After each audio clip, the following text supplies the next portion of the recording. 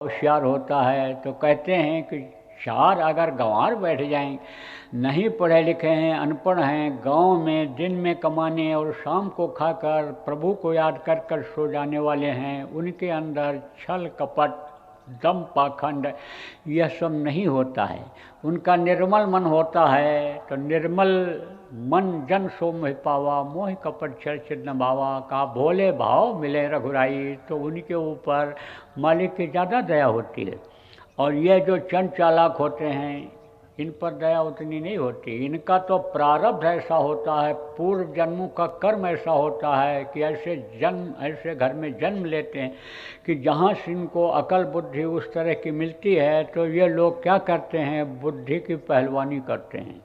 देखो, चार विद्वान अपनी ही बात यानी सच करने में लगे रहते हैं। देखो, पुस्तकों को भी लोग यानी बदल दे रहे हैं, अपनी अपनी अकल लगा करके उसमें जो लिखा हुआ पहले की किताब उसको यानी समझो बदल दे रहे हैं, और अर्थ का अनर्थ हो जा रहा है।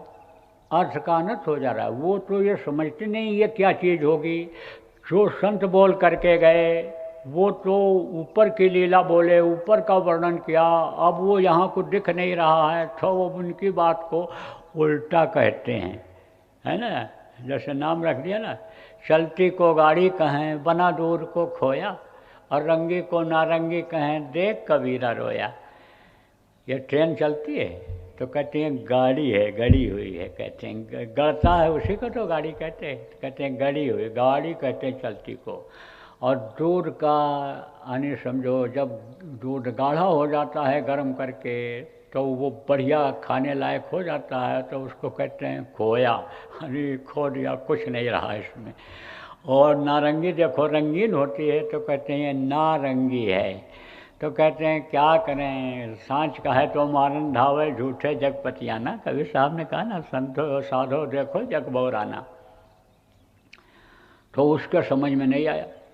गांव का था मेन आदमी, मुखिया जिसको कहते हैं, लीडर जिसको कहते हैं, उसके समझ में नहीं आया। तो क्या हुआ कि कुछ दिन के बाद उसके यहाँ ज़्यादा उम्र के बाद बच्चा पैदा हुआ।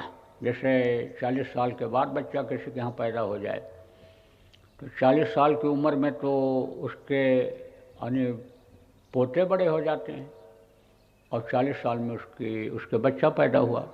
पैदा नहीं हो रहा था, पैदा हुआ। बड़ी खुशी गांव में, उसके घर में। गया खुश होकर के महात्मा जी के पास, कभी कभी जाया करता था, लेकिन उस दिन तो बड़े हंसी खुशी में गया और बोला, महाराज मेरे यहाँ बच्चा पैदा हुआ। बोले अच्छा हुआ। 6-7 दिन जब बीता तो लड़का बीमार हो गया। फिर गया, कहा महाराज लड़का हमारा बहुत बीमार हो गया, बड़ी तकलीफ़ है, बहुत रो रहा है। बोले अच्छा हुआ। अरे आग बबूला हो गया। अच्छा हुआ। कहते थे जो जिस भाव से, जिस इच्छा से उनके पास आता था महात्मा जी के, तो लोग जाते ही रहते थे। तो कुछ लोग तो देखा देखी भी जाते हैं, देखा देखी कुछ सच्चे भाव से, सच्चे हृदय से जाते हैं। तो जो जैसा होता है महात्माओं से, उसी तरह का फल ले लिया करता है, मिल जाता है। तो वो भी जाता था। तो गया, कहा महाराज लड़का तो मेरा मर गया, ख़त्म हो गया। चौथे पन में मिला भी, लेकिन वो चला गया। घर का दीपक बुझ गया, अंधेरा हो गया। उजाले की उम्मीद थी कि खानदान चल जाएगा, कोई नाम लेवा रह जाएगा इस खानदान में, लेकिन अब तो दीपक बुझ गया। महात्मा जी ने कहा अच्छा हुआ। अच्छा हुआ। अच्छा तो तब होगा जब तुम्हारी गर्दन, अंदर में सोचा कि तुम्हारी गर्दन हम तुम्हारे धड़ से अलग कर देंगे। अच्छा तो तब होगा जब इस दुनिया से बच्चे की तरह तुमको भी हम विदा कर देंगे। अच्छा तो तब होगा। सोच लिया, ठान लिया। सोचने लगा यहाँ मारेंगे तो यानी समझो कि पकड़े जाएंगे, फांसी से कम सज़ा नहीं होगी, क्योंकि उस समय सज़ा बहुत यानी समझो कि ज़्यादा होती थी, न्याय होता था उस समय पर। आज की तरह से तो कोई सेटिंग थी नहीं, न्याय होता था। विदेशों में देखो, कुछ देशों में बहुत न्याय है, इसलिए कांपते हैं लोग अपराध करने में। जहाँ पर नियम में ढिलाई है, जहाँ का यानी समझो नियम कानून संविधान इस तरह का है कि पेचीदा है, वहाँ पर न्याय नहीं मिल पाता है। अपराध को लोग छोड़ नहीं पाते हैं। नहीं तो अभी अगर सख्ती हो जाए तो अपराध ही प्रवृत्ति ही खत्म हो जाएगी लोगों की। शिक्षा ऐसी मिले, आप ये समझो कि जिससे बदलाव आ जाए, विचार बदल जाएं। जैसे अंगुलमाल वाल्मीकि के बदल गए थे तो अभी सुख शांति आ जाए, अमन चैन आ जाए। तो कहाँ मारेंगे नहीं यहाँ, लेकिन मारेंगे मौका निकाल करके मारेंगे। अब सोचने लगा, रास्ते भर सोचता रहा। लौटने के बाद घर तक पहुँचते सोच लिया कि शाम को ये शौच जाते हैं, लेटरिन मैदान के लिए जाते हैं, तो झाड़ में बैठा रहूँगा और झाड़ के पास जैसे पहुँचेंगे तैसे काट दूँगा और काट के निकल जाऊँगा। कौन देखेगा? बाहर जब यानी एकांत में मारूँगा तब। तो गया अपना हथियार यानी जो यानी चारा काटता था, जिससे यानी पेड़ों को फसलों को काटता था, वही अपना तैयार कर लिया, रगड़ करके एकदम से धारदार बना लिया और इसे छुपा करके गया। देखता रहा दूर से कि अब निकले हैं, अब आ रहे हैं। गया छुप के बैठ गया।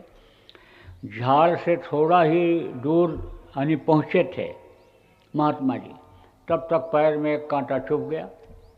इतना भयंकर दर्द हुआ कि बेहोशी आ गई, गिर गए और मुंह से कराह निकलने लगा, आवाज़ निकलने लगी। तो दौड़ करके आया। कोई अपराधी तो था नहीं, प्रतिशोध में आ गया था, जिसको रिएक्शन कहते हैं, रिएक्शन में आ गया था। इसलिए मार डालने के लिए सोचा था। मन के अनुसार उसके नहीं हुआ। ये तो मालूम नहीं था उसको कि ये लेना देना था। इतने दिन के लिए आया था, दुख दे करके चला गया। सुख के लिए यानी समझो कि सोचा था, लेकिन वो सुख शरीर को, मन को नहीं मिला। इसीलिए वो यानी बच्चे के यानी वियोग में था। उसी वियोग में समझ लो कि आग में जैसे घी पड़ जाए, ऐसे उनकी बात आग में घी पड़ गई और वही वियोग और बढ़ गया और वही गुस्से में बदल गया। बाकी वो अपराधी तो था नहीं इस तरह का, कत्ली तो था नहीं, कत्ल वगैरह उस समय होता भी नहीं था। कहीं भी अगर 4-6 जिले के अंदर कोई कत्ल हो जाए तो पूरा सन्नाटा छा जाता था। अब तो इस समय देखो कोई अखबार ऐसा बाकी नहीं है जिसमें मरने कटने काटने की खबर यानी न छपे, रोज छपता है। पहले ऐसा नहीं था। तो गया और वही कमंडल का पानी उठाया, मुंह पर डाला उनके और पंखा करने लग गया। थोड़ी देर के बाद होश आई। तब कहा, महाराज जी आपको तो बड़ी तकलीफ़ हो गई। अरे बोले बहुत पीड़ा हुई, क्या बताएं, यानी समझो कि मरने जैसी पीड़ा हो गई। बोले हाँ महाराज। नहीं, कहे महाराज आपको मरने जैसी पीड़ा हो गई, बड़ी तकलीफ़ हुई। वो बोला, सरपंच बोला, कहा आपको इतनी तकलीफ़ हो गई, मरने जैसी हो गई। तो महात्मा जी ने कहा अच्छा हुआ, अच्छा हुआ। अब उसके दिमाग में ये बात आई कि मुर्गे मर गए तब अच्छा हुआ, कुत्ते मर गए तब अच्छा हुआ, और समझो आग लग गई, छप्पर उड़ गए, आंधी आई, आग लग गई, यानी समझो बरसात हो गई, सब जल गया, यानी समझो तब अच्छा हुआ। लड़का पैदा हुआ तब अच्छा हुआ, बीमार हुआ तब अच्छा हुआ, और मर गया तब अच्छा हुआ, और ये मरने जा रहे थे तब कह रहे हैं अच्छा हुआ। तब समझो कि पूछा, महाराज अब हमको आप बताओ यह सब क्यों अच्छा हुआ? बोले इसीलिए अच्छा हुआ कि मुर्गे बोलते, कुत्ते भूकते, आग अगर समझो जलती तो गांव पर हमला हो जाता, लूटपाट हो जाती, मारकाट हो जाता, और समझो कि अगर यानी यह कांटा हमको न चुभता तो तुम ही मेरा गर्दन अलग कर दिए होते। तो अच्छा हुआ कि नहीं हुआ? तब चरणों पर गिर पड़ा। तब बोला बहुत बड़ी गलती हुई, न जानकारी में हो या ज्ञानता में हुई, अब यानी समझो कि हमारे ऊपर दया करो, हमारे भी यानी उद्धार का कुछ रास्ता बताओ। अब हमारी बुढ़ापा आ गई, बुढ़ापे में देखो शक्ति कम हो जाती है, हाथ पैर ढीले हो जाते हैं, बुढ़ापा याद नहीं रहती है जल्दी आदमी को, मौत याद नहीं रहती है जल्दी। देखता तो है बुढ़ा नहीं चल पा रहा है, पिताजी उठ नहीं पा रहे हैं, दादाजी खांस रहे हैं, छड़ी लेकर चल रहे हैं, लेकिन होश नहीं आता है।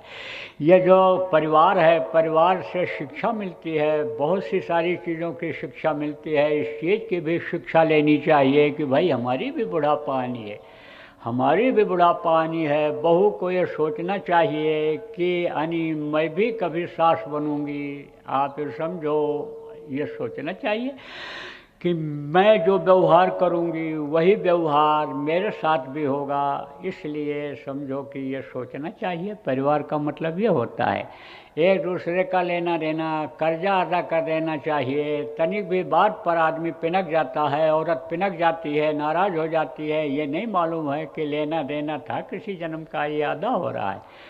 तो प्रेमियों, जो वो मालिक करता है अच्छा ही करता है, लेकिन उस पर विश्वास और भरोसा होना चाहिए। और आप तो संत मत के आदमी हो, संत के जीव हो, आपको तो बस एक आस एक विश्वास गुरु का यानी गुरु पर होना चाहिए। और गुरु यानी समझो जो समर्थ आपको मिले यानी उनसे आस होना चाहिए। किस चीज़ की आस? इसी चीज़ की आस कि यह हमारा जीवन सार्थक हो जाए, जिस काम के लिए हमको मिला है वो काम हमारा पूरा हो जाए। इसलिए आप लोग प्रेमियों अब धीरे धीरे यहाँ से प्रस्थान करोगे, लेकिन इन बातों को याद रखना, लोगों को भी बताना जो लोग यहाँ नहीं आ पाए हैं, और बताने के साथ साथ करना भी। जो आपको गुरु ने दिया मंत्र, भजो गुरु का नाम, गुरु ने जो आपको नाम दिया भजने के लिए, उसको भजते रहना। बोलो जय गुरुदेव। जय गुरुदेव, जय गुरुदेव, जय गुरुदेव, जय जय गुरुदेव।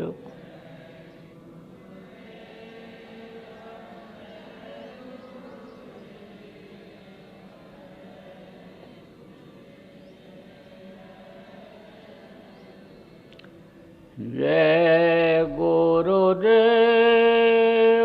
जय गुरुदेव, जय गुरुदेव, जय जय गुरुदेव।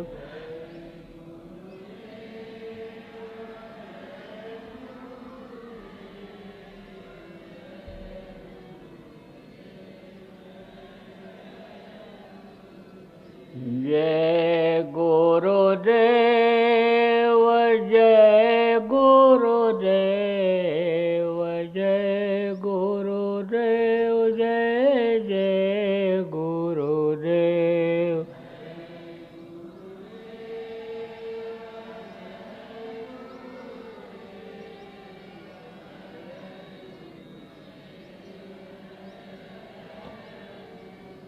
जय गुरुदेव, जय गुरुदेव, जय गुरुदेव, जय जय गुरुदेव।